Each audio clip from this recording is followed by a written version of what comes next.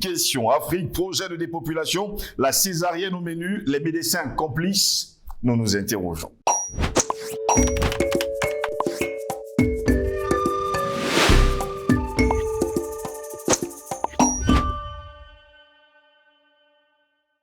C'est toujours un réel plaisir de vous retrouver sur Panafricaniste TV. Mesdames, messieurs, bonjour. Bienvenue à toutes et à tous à cette autre édition de Parole panafricaniste.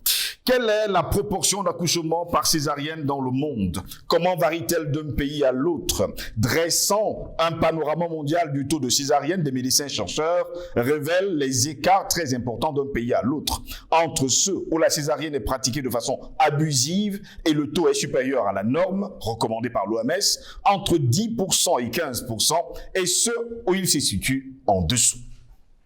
Eh bien, mesdames, messieurs, la césarienne est une intervention chirurgicale qui peut prévenir efficacement la mortalité maternelle et néonatale lorsqu'elle est pratiquée pour des raisons médicales. À l'échelle mondiale, les taux de césarienne ont augmenté au cours des dernières décennies. Selon des estimations récentes portant sur 150 pays, 21% de toutes les naissances se font par césarienne. Oui, vous avez bien compris, j'ai dit dans 150 pays, sur 150 pays dans le monde, 21% de toutes les naissances se font par césarienne, avec des moyennes allant de 1 à 58% selon les pays. Que dire donc, mesdames, messieurs, de l'Afrique et précisément des pays subsahariens? Eh bien là-bas, c'est presque 7 naissances sur 3 qui sont pratiquées. On parle bien sûr de césarienne. Le taux mondial de césarienne a presque triplé en un quart de siècle, passant de 6,7% en 1990 à 19,1% en 2014. Selon les estimations de l'OMS, au-delà d'un certain niveau, l'accroissement de la fréquence de césarienne ne s'est pas accompagné d'avantages significatifs pour la santé maternelle et périnatale, ce qui suggère qu'une proportion croissante d'entre elles n'est pas nécessaire. Eh bien, en 2022, on est passé, mesdames, messieurs, pour le monde entier, à 28% des accouchements par césarienne. Qui est-ce qui est derrière? Qui a prédit cela? Et à quelle fin? N'est-ce pas là un autre moyen pour la dépopulation mondiale? Nous nous interrogeons. Le fait de ne pas avoir accès à une césarienne en temps utile lorsque survient une complication obstétricale peut mettre en jeu la vie de la mère et de son enfant, tout le monde le sait. De nombreuses femmes font face à cette situation périlleuse, nous dit-on, au cours de leur grossesse, notamment dans les pays pauvres où les systèmes de santé sont peu performants et ne répondent pas aux besoins de toutes les femmes. Mais à l'inverse, la césarienne est également associée à des risques à court et à long terme pour les femmes, les enfants et les grossesses futures, ainsi qu'à des coûts de santé considérables. Ces risques sont plus élevés dans les milieux où les femmes ont un accès limité à des soins obstétricaux de bonne qualité. D'ailleurs, on nous fait savoir que lorsqu'une femme a subi une césarienne, il est fort probable, on parle justement de 78%, qu'elle ne puisse plus accoucher prochainement. Tout cela, pourquoi? D'ailleurs, selon certains experts et surtout des médecins, il arrive parfois qu'une femme n'ait pas de complications, mais que certains gynécologues passent justement par la césarienne alors qu'on aurait pu utiliser un autre moyen. L'augmentation soutenue de la fréquence des césariennes est une préoccupation globale de santé publique encadrée. En 1985, un groupe d'experts réunis par l'OMS a considéré que le taux de césarienne idéal se situerait entre 10 et 15%.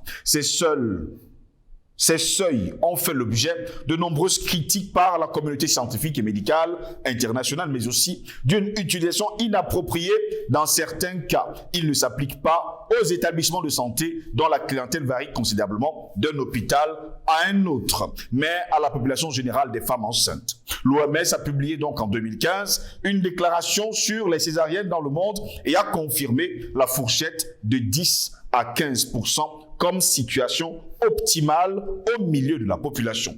Au-dessous de 10%, les besoins de césarienne ne sont pas totalement couverts, ce qui peut entraîner une surmortalité maternelle et périnatale. En revanche, les taux supérieurs à 10% dans une population n'entraînent pas le bénéfice supplémentaire en termes de réduction des taux de mortalité maternelle et néonatale, et au-delà de 15%, le risque d'une pratique abusive. Que dire donc, puisqu'en 2022, nous étions à 21% de césariennes pratiquées sur les femmes dans le monde, et on parle justement sur 150 pays.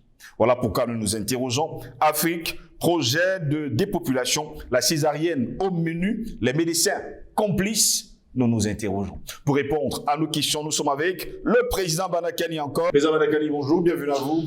Bonjour mon cher Jocelyn Goss. Bonjour à tous ceux qui sont attachés à notre télévision, Web Télé. C'est ça, non? Oui. Web Télé. Bonjour en particulier à Giresse. Je t'ai toujours conseillé de ne jamais l'énerver. Non, je ne lève pas du tout. Parce que sinon, il n'y a pas d'émission. Donc, je peux dire qu'il est vital pour nous. Oui. Sans lui, il n'y a pas les conditions techniques réunies pour faire le travail. Je salue tous les panélistes qui collaborent et qui font grandir notre télé. Je leur tire mon chapeau. Et enfin, toi-même, tu connais tout le respect et l'estime que j'ai pour toi. C'est un plaisir pour moi de me retrouver à t'écouter encore cet après-midi. Très heureux de vous avoir, président Banakani encore cet après-midi. Afrique, projet de dépopulation, la césarienne au menu, les médecins complices. Président Banakani, selon l'OMS, il y a un taux à ne pas atteindre, mais pourtant, sur des estimations récentes portant sur 150 pays, 21% dans les hôpitaux, 21% des accouchements sont destinés aux césariennes. Je vois que vous continuez à prendre l'OMS pour une référence. Non, du tout. Bon, peut-être vous le faites à titre purement routinier. Oui. Routinier. C'est une organisation criminelle.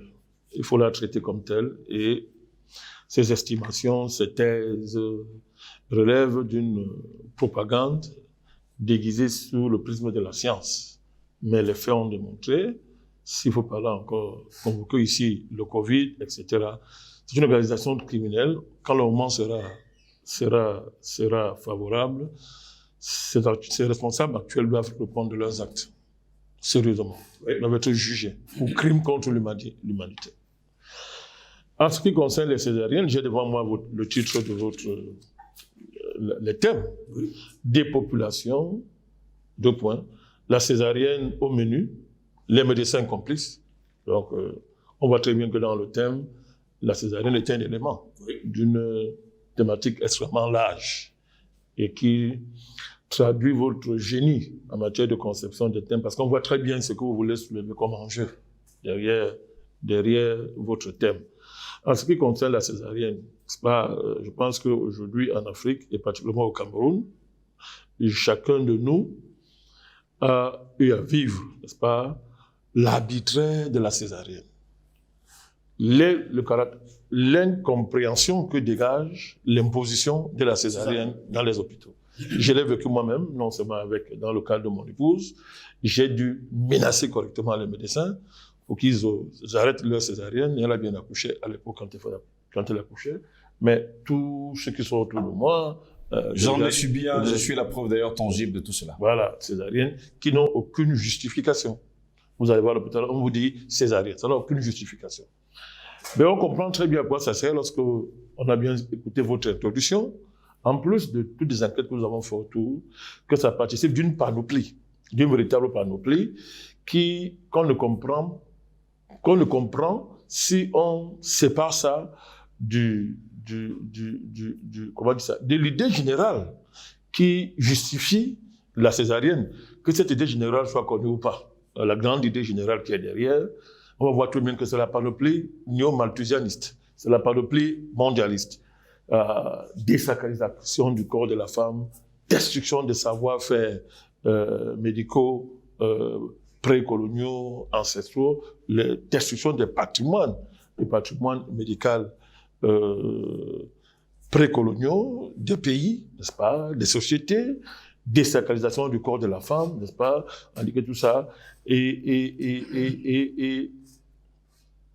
comment on dit ça, prise de pouvoir absolue du corps médical.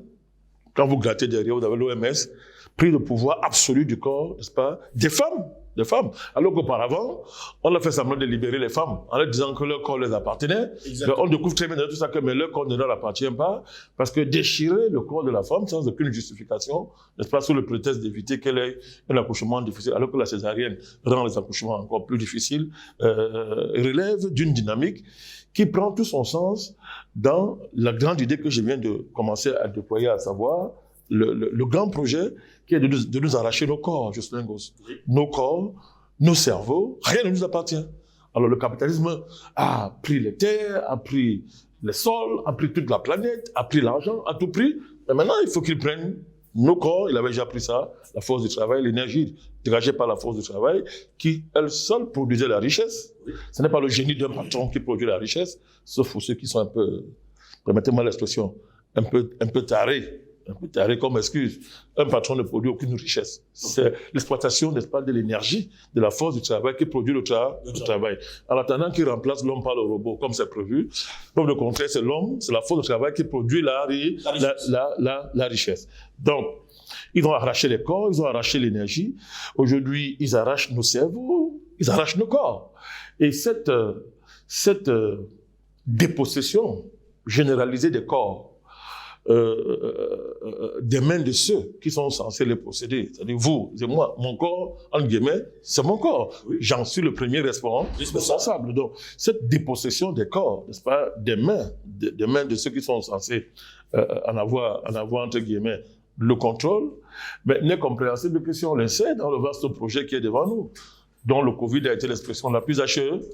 Mais pendant le coronavirus, le monde entier a découvert de façon ahurissante que personne n'avait aucun contrôle sur le corps, que notre corps, nos gènes, notre ADN, tous nos esprits ne nous appartenaient pas. On a longtemps cru que ça nous appartenait. On a découvert cette réalité-là. Donc, les césariennes entrent dans cette dynamique, désacraliser le corps de la femme, en faire un objet à la disposition du médecin. Le médecin. Et le médecin lui-même, là, vous avez dit le médecin complice, c'est pas le fait du hasard. La figure du médecin, vous savez que le médecin, c'est un mythe. Exact. On a fait de lui un surhumain, avec sa blouse, les longues études, n'est-ce pas, qu'il doit faire pour sortir, soit disant médecin. Ben, il a des pouvoirs extraordinaires. Il a le pouvoir de toucher nos femmes, de toucher leurs parties intimes. Est-ce que vous vous rendez compte à quel niveau les médecins ont le pouvoir qu'on leur a donné? Et rien ne justifie ça. Parce que le médecin n'a pas toujours existé, Jocelyn Gosse. C'est une création récente, le médecin. Du moins dans sa forme actuelle. C'est une création récente du colon. Mais vous vous rendez compte que vos femmes, l'intimité de nos femmes, mariées, sont à la disposition du médecin. Ils en font ce qu'ils veulent. Dans le secret, soi-disant, de leur cabinet médical. Parce que c'est une construction historique. Le médecin, la figure du médecin, un être à part exceptionnel. C'est une construction historique qui est dans le cadre du projet mondialiste, dont la compréhension, je le répète encore, de ce projet historique a été trahie, dévoilée par le Covid. Mais quels étaient les acteurs centraux du Covid? Mais ce sont les médecins. Ce sont les médecins. Alors, ils étaient au cœur, avec l'idée que quand un médecin parle de ta santé, tu la fermes. Tu n'as rien à dire. Quand un médecin parle de ta santé, tu fermes ta bouche. C'est une conception étrange de la santé que nos sociétés n'ont pas connue avant l'émergence du capitalisme. Et la santé n'a jamais été l'affaire du soi-disant traitant. Ça a toujours été une affaire sociétale, une affaire individuelle et sociétale. La médecine, c'est comme l'armée, c'est comme l'économie, ce sont des choses tellement sérieuses pour qu'on le laisse aux économistes, aux médecins et aux militaires. Parce qu'évidemment, les enjeux qui sont au cœur, n'est-ce pas, de l'activité de ces catégories socio-professionnelles, dépassent évidemment les professionnels du dit secteur. Est-ce que vous comprenez ça? Donc, la césarienne en soi, on ne comprend rien si on ne sait pas, n'est-ce pas, cette pratique généralisée de la césarienne qui a envahi nos sociétés, n'est-ce pas, du projet néo-malthusien dans son ensemble. Et vous avez fixé, n'est-ce pas, le cap de façon magistrale, à savoir la dépopulation. La dépopulation. Oui. Alors, pour bien comprendre l'idée de la dépopulation, on va faire un exercice de vocabulaire rapidement. On n'a pas le choix. On va commencer par prendre leur thèse d'abord. Vous savez que si vous allez à Wikipédia pour vous former, avoir des informations intellectuelles, tant pis pour vous. Sans savoir que Wikipédia C'est leur Bible. C'est leur Bible, c'est sous contrôle, et ça s'inscrit dans le cadre de la liquidation de la connaissance, tout en faisant semblant de pouvoir la connaissance. Donc quand nous on va là-bas, on est prudent, c'est pour démontrer l'imposture qu'il y a avec Wikipédia, qu'il y a derrière. Alors, la dépopulation, dans les explications familières, ils confondent ça, ils assimilent ça à la décroissance démographique. La décroissance démographique. Or, c'est pas ça, pas la même chose. Mais ils assimilent exprès. Et la confusion n'est pas au hasard. C'est bien pas pensé. La décroissance démographique renvoie, n'est-ce pas, au déclin statistique d'une population dans un lieu, dans un espace donné. Alors, ça peut arriver pour plusieurs raisons, hein.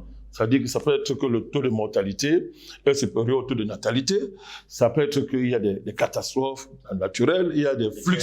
Il y a les flux même d'immigration qui font qu'à un moment donné, les populations locales s'en vont ailleurs.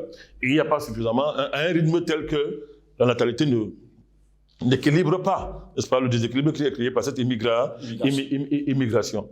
Vous voyez très bien que c'est à cela qu'ils assimilent la dépopulation. Donc, vous voyez derrière, il n'y a pas, apparemment, à premier temps, il n'y a pas c'est un phénomène fatal.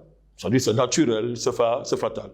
C'est-à-dire que la population décroît à cause du déséquilibre entre la natalité et la mortalité, à cause de l'émigration. Les gens émigrent, quittent leur pays, comme ça ils s'en vont. On ne sait pas pourquoi, hein. On ne sait pas pourquoi, ils s'en vont. Alors, ils font la confusion, ils font confondre ça à dessein, parce que derrière, on verra ça, il y a toujours la dynamique néo-malthusianiste. La dynamique malthusianiste est derrière, c'est ça. Mais quand vous fouillez, ils vous disent que l'idée de la dépopulation prend tout son sens. C'est-à-dire que derrière ça, il y a aussi, mettez-moi, l'homme n'est rien sans son bord, hein, excusez-moi. Il y a derrière une idée, un projet politique, une idée, n'est-ce pas, de la population visant la limitation des naissances, comme objectif politique, dans le cadre d'un projet politique. Bon, ça, ils admettent ça, mais ils veulent sans approfondir. Alors, maintenant, prenons une autre idée, synonyme de la population. Prenons d'abord une population. Une population, c'est quoi, M. Ngos? C'est un ensemble d'habitants, prenons toutes les définitions, hein. Ouais. C'est un ensemble d'habitants vivant dans un pays, une région, une ville, dans un lieu déterminé. Écoutez bien, c'est un ensemble d'habitants vivant dans un pays, une région, une ville, ou un lieu déterminé. Donc ça renvoie aux habitants, à un peuplement, à une démographie située dans un lieu bien précis. Vous allez voir très bien. En sociologie humaine, ou géographie humaine, une population, c'est un ensemble d'individus d'un pays formant une catégorie sociale, culturelle ou ethnique particulière. Ouais. Quand vous voyez toute cette définition, vous croyez que vous ne voyez rien a priori. Mais c'est très important, José Ngos.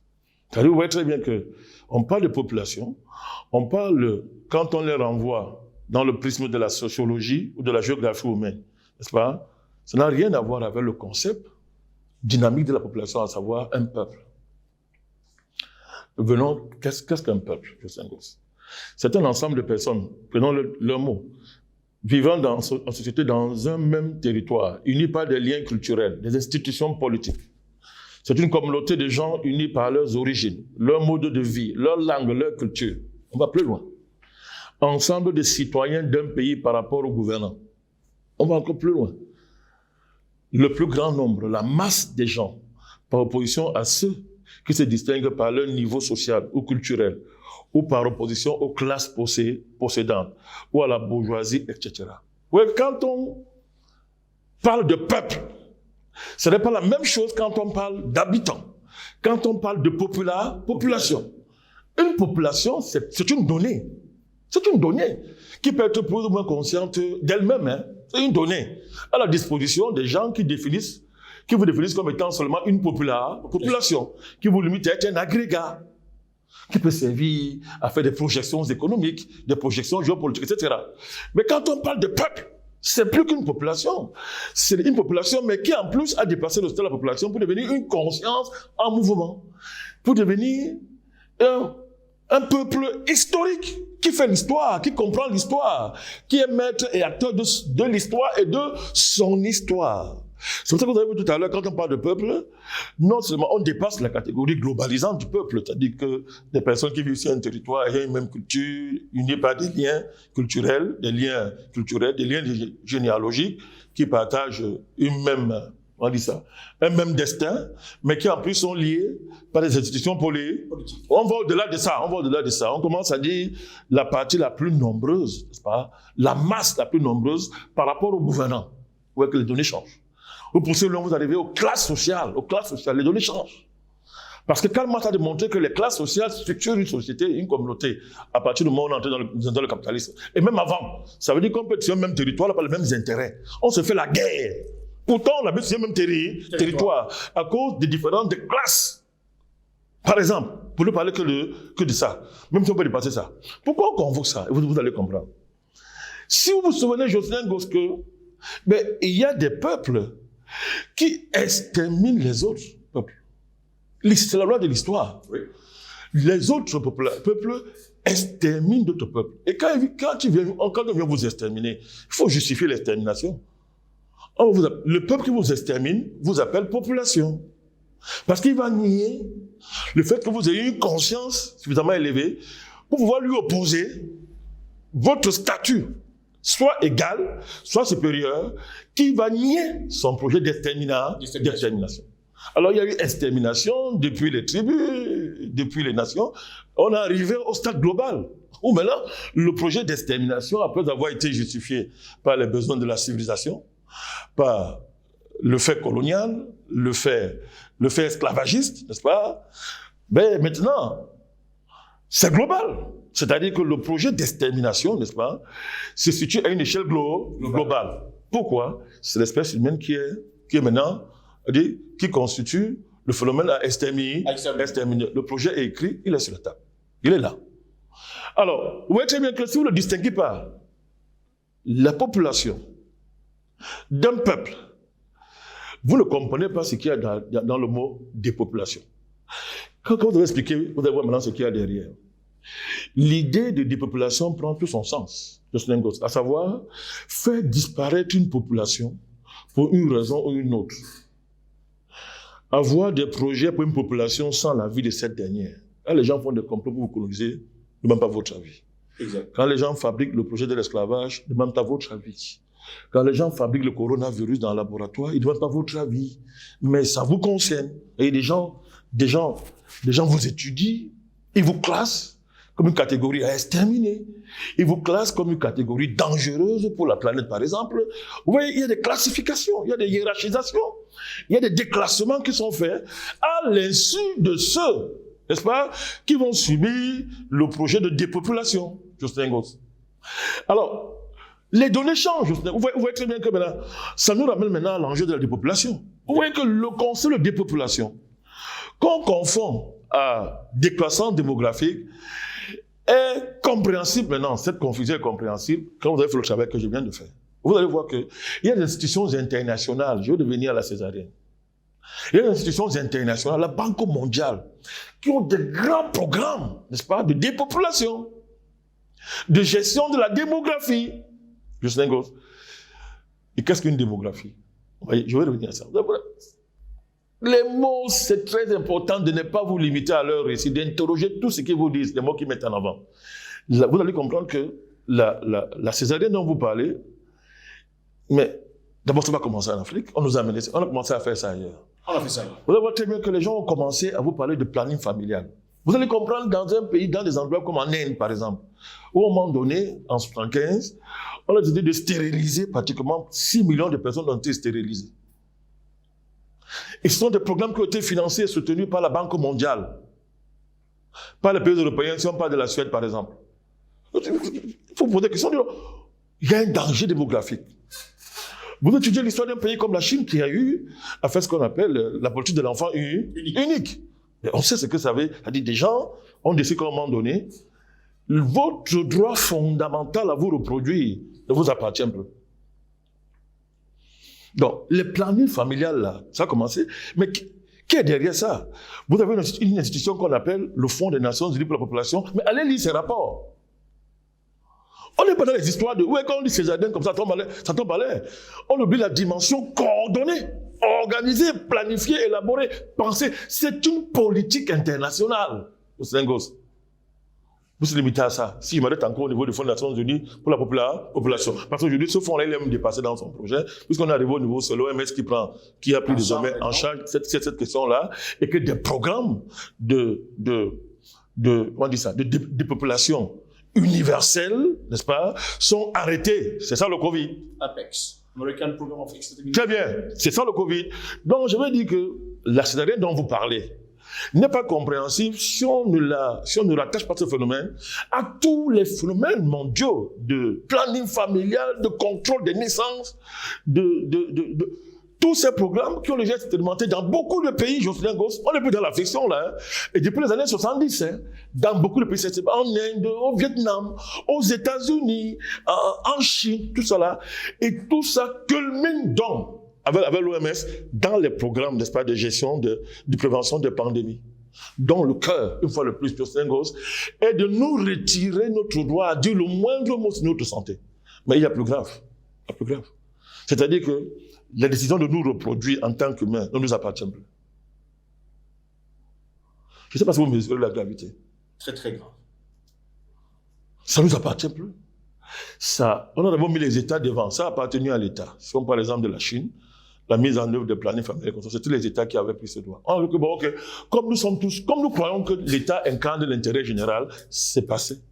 Mais même les États maintenant se rendent compte que, mais non, même eux là, c'était qu'une étape.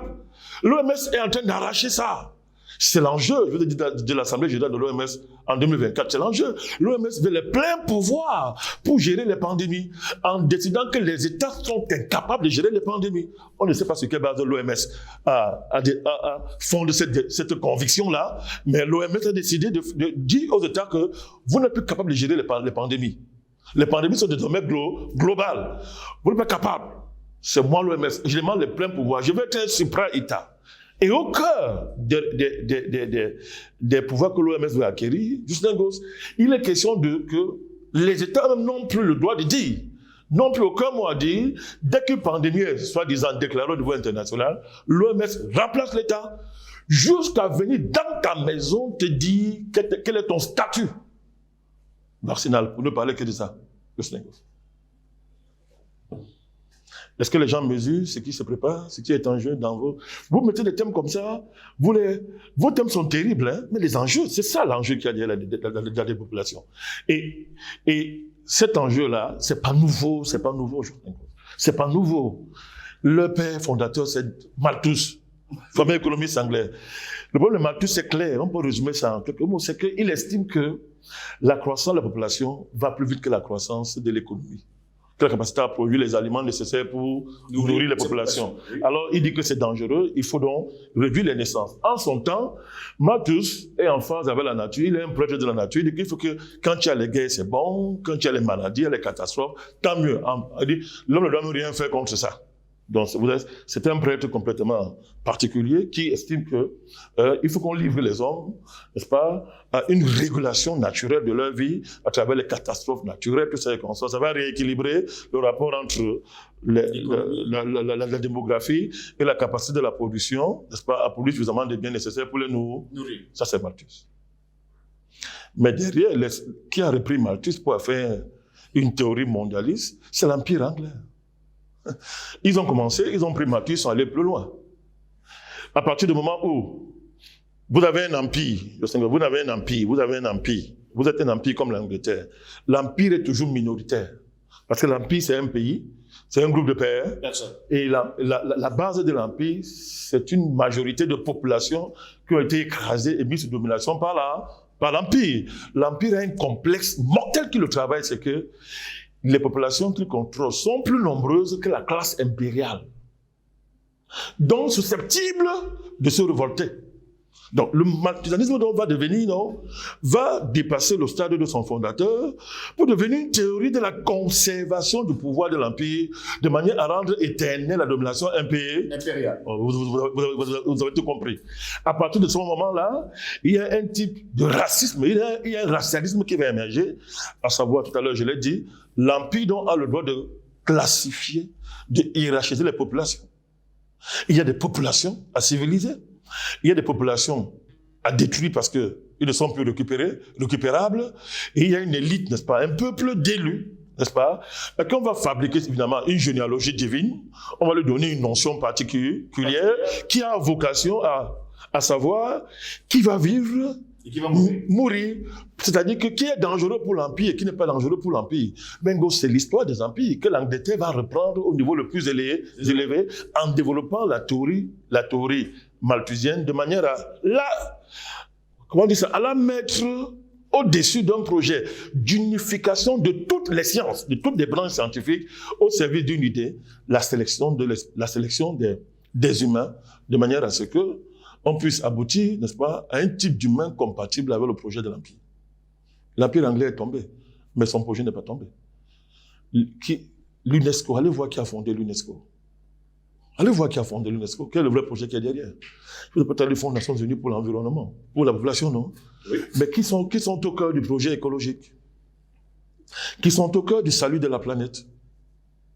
Ils sont au cœur. Alors, on appelle ça le néo-malthusianisme. C'est-à-dire, c'est ça, on arrive aujourd'hui. Malthus, maintenant, c'est le néo-malthusianisme, maintenant, c'est clair. C'est-à-dire, il y a un stock de population de personnes, c'est déjà arrêté, qui va vivre sur la Terre. Le père de cette théorie, c'est le commandant Cousteau. Yves Cousteau, il a dit, c'est un héros pour ces gens-là. Oh, on dit qu'il nous a découvert la mer. Il a demandé à la vie de personnes, il est allé nager toute sa vie. On dit qu'il a voulu sauver les mers. On ne sait pas quelle mer était en danger pour qu'il allait sauver. D'abord, c'est lui qui dit que la population, la planète ne peut pas supporter plus de 500 millions de personnes. C'est M. Cousteau qui le dit. Il est le père de cette théorie-là. Cette théorie a dépassé sa personne. Elle est la théorie fondamentale des cercles mondialistes. Jocelyn Gosse. Et ces cercles mondialistes, aujourd'hui, sont arrivés à quel niveau? C'est que c'est arrêté, c'est clair. Pour sauver la planète, il faut diminuer la population mondiale. Les césariennes, ce n'est qu'une parle plus parmi les autres. C'est quoi l'enjeu du vaccin aujourd'hui? À partir du moment où on a transformé une thérapie génique en vaccin, devant tout le monde entier. Maintenant, la vérité est dehors partout. C'est partout, maintenant. Là, maintenant, la dernière en date, c'est que maintenant, on sait maintenant que le vaccin était prêt avant que la maladie soit déclenchée, entre guillemets. On le sait aujourd'hui. Le vaccin était déjà prêt. Avant que la maladie ne soit, le vaccin est censé venir après une maladie.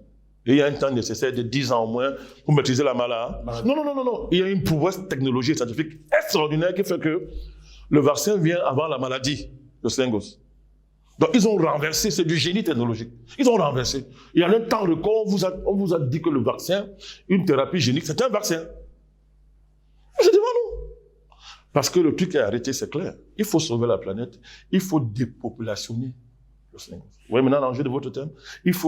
C'est un objectif politique. C'était un objectif politique. C'est devenu un objectif géopolitique. C'est devenu une religion. Attention. Les religions traditionnelles, n'est-ce pas, qui, pour les mondialistes, sont totalement périmées, parce que ces religions n'ont pas été en mesure de prévoir tous les dangers que nous vivons aujourd'hui. Alors, les mondialistes ont inventé une religion universelle, de salut humain, l'écologie, qui dit que la planète est prioritaire aux êtres humains. Alors, on est arrivé à un niveau de surconsommation des ressources non renouvelables, les équilibres systémiques sont bousillés, les écosystémiques sont complètement bousillés, la biodiversité est en voie de disparition à cause de l'activité humaine. Donc, il y a un messianisme qui s'impose. Le messianisme religieux est dépassé.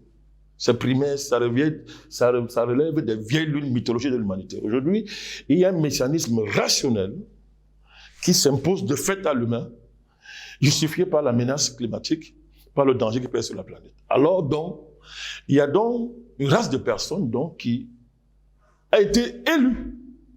Ils ne croient pas en Dieu, mais pourtant ils sont élus avec la mission de nous sauver en préservant la planète. Vous n'imaginez pas à quel niveau ça part, ce projet part.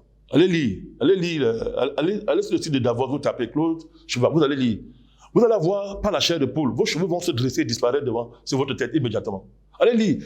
Il est question d'éliminer l'être humain tel qu'on l'a connu. Il faut l'éliminer. D'où les tentatives de créer un être humain en laboratoire. Ce sont plus les tentatives. Vous savez maintenant qu'il y a les embryons en laboratoire, les utérus en laboratoire, pardon, on appelle ça. Qu'on appelle ça? Les embryons. C'est-à-dire les nouveau-nés, sous forme d'embryons, qui sont faits en laboratoire, prêts à être multipliés. On sait où ça se fait, Justin Goss. Donc, on peut créer un être humain en laboratoire. Non, on ne peut pas. On a créé l'être humain en laboratoire, on peut le multiplier. La 4e révolution industrielle dont on parle est différente de toutes les révolutions qui l'ont précédée, des 3 dernières qui l'ont précédée. Ces révolutions-là changeaient la machine, ne changeaient pas l'homme. Attention. Aujourd'hui, la 4e révolution industrielle couple 2 dynamiques extraordinaires, jamais vues dans l'humanité. Il y a une dynamique il y a un bon qualitatif que la machine va faire pour entrer dans la capacité à s'identifier à un humain, la machine.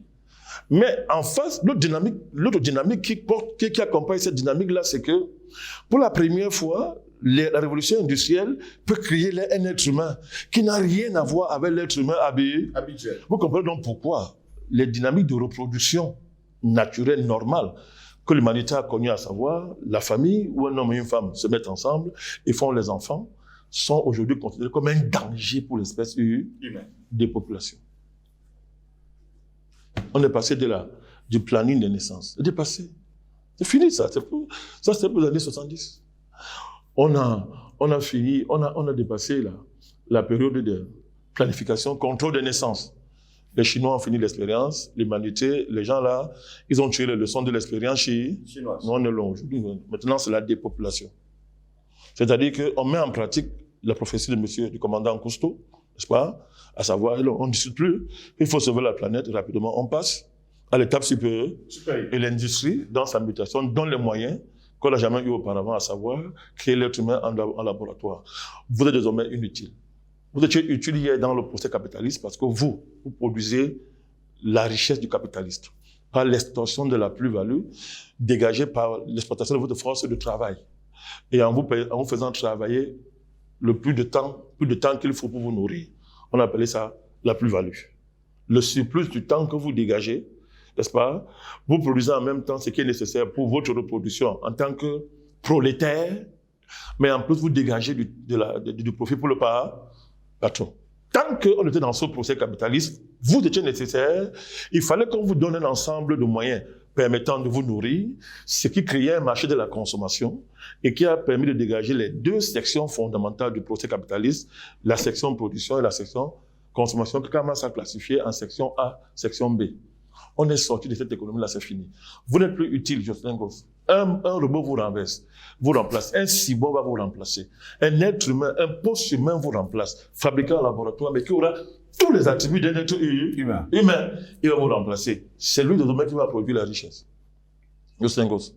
La richesse, on va créer la nourriture artificielle pour le nourrir. Il ne mange pas comme vous. Parce que vous, quand vous mangez, vous dérangez la planète. Vous accouchez de façon désordonnée. Vous faites n'importe quoi. Vous ne connaissez même pas, vous n'avez aucun respect pour Dieu qui a créé la planète.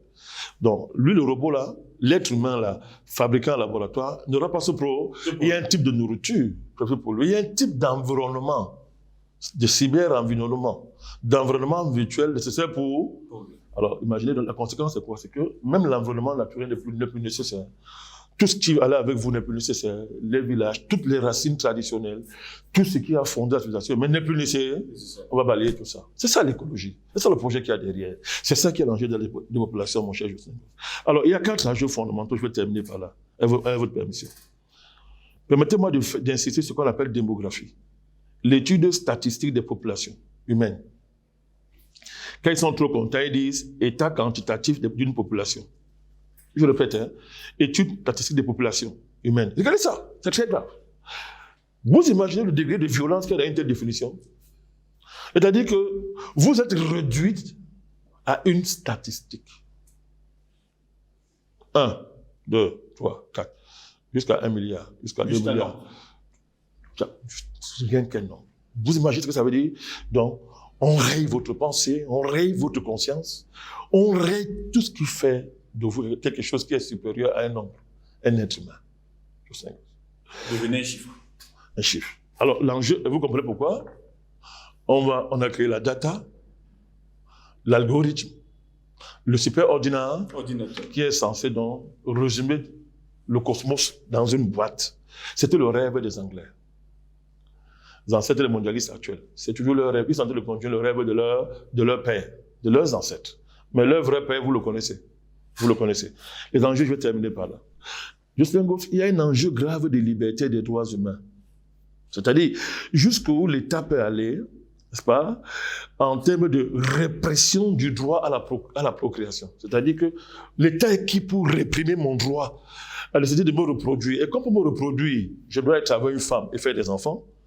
L'État, jusqu'où, qu'est-ce qui donne le droit à l'État de dire, il m'interdit cette liberté, qui est une liberté la plus intime de ma vie, Justin Goff. Vous voyez l'enjeu de liberté? Pas les histoires de droits de l'homme qui racontent là. Le chiffonnerie là, ils ne savent même pas de quoi est-ce qu'ils parlent. La vraie liberté. La vraie liberté. Base de la vie sociale, parce que si je ne peux pas me reproduire et avoir la conscience de cette reproduction, je ne suis plus un être humain, il n'y a plus d'histoire. C'est la base de l'histoire, Justin Goff. Le deuxième enjeu, c'est l'enjeu de la planète, Justin Goff. Écoutez, mais à la fin, à qui appartient la planète? Aux mondialistes. Pour qu'ils puissent s'autoproclamer sauveurs de la planète, à qui appartient la planète?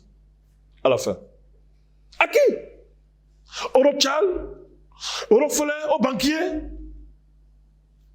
qui estiment qu'ils sont plus conscients que vous en termes de notre avenir, de notre destinée. Ils sont plus conscients que nous, et du coup, ils ont un statut supérieur qui leur permet de dire que maintenant, nous sommes les sauveurs de la planète. Nous décidons désormais qui vivra sur la planète ou pas. Mais à qui appartient cette planète? Un tel projet suppose qu'il se soit déjà autoproclamé propriétaire de la planète.